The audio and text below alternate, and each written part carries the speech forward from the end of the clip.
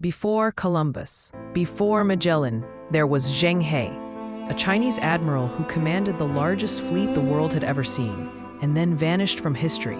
Zheng He wasn't born into nobility. He was born into war. Captured as a boy by Ming forces, he was castrated, enslaved, and sent to the imperial court. But fate had plans for him. He rose fast, intelligent, loyal, and fearless. He became a confidant of the Yongle Emperor. And when the emperor wanted to announce his rule to the world, he chose Zheng He to lead the charge. This wasn't a simple expedition. It was a floating empire.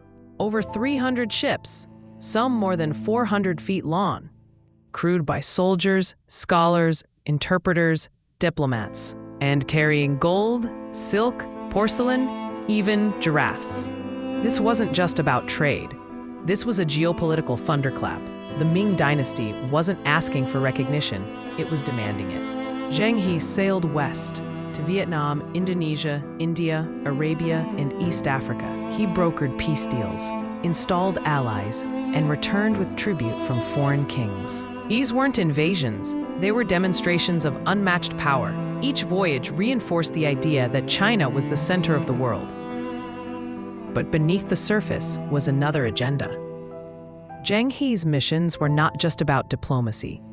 They were also political purges.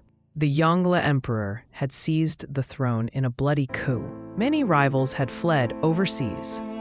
Zheng He's fleet was tasked with hunting them down, forcing submission and burning resistance wherever it hid. Each voyage carried a quiet warning. There is only one son of heaven. Then, silence. After 7 voyages and a final return to port, Zheng He disappeared from records. Some say he died at sea. Others believe he was buried with honor in Nanjing. But what's undeniable is what followed. The Chinese court turned inward. New leaders rejected maritime expansion. They called it wasteful, dangerous, even corrupt. Shipyards were shut down. The blueprints for Zheng He's treasure ships were destroyed.